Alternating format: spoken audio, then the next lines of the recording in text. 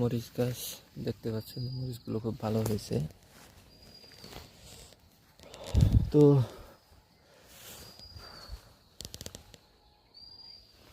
এটা আমার আরেক চাচার জমি, এখানে কোনো কিছু লাগানো হয় নাই, মনে হয় না লাগাবে, শুধু গাছ চাষ করে রাখছে। আর এটা হলো আমার দাদার জমি, এখানে দাদা পেঁয়াজ এবং মূলা দিয়ে দিয়েছে। পেঁয়াজগুলো খুব ভালো হয়ে গেছে। দাদা কিছুদিন আমাদের সবার আগে পেঁয়াজ কাটছিল, তো পেঁয়াজ রোপণ করেছিল, তাই পেঁয়াজগুলো ভালো হয়ে গেছে। এবং কিছু মূলা শাক।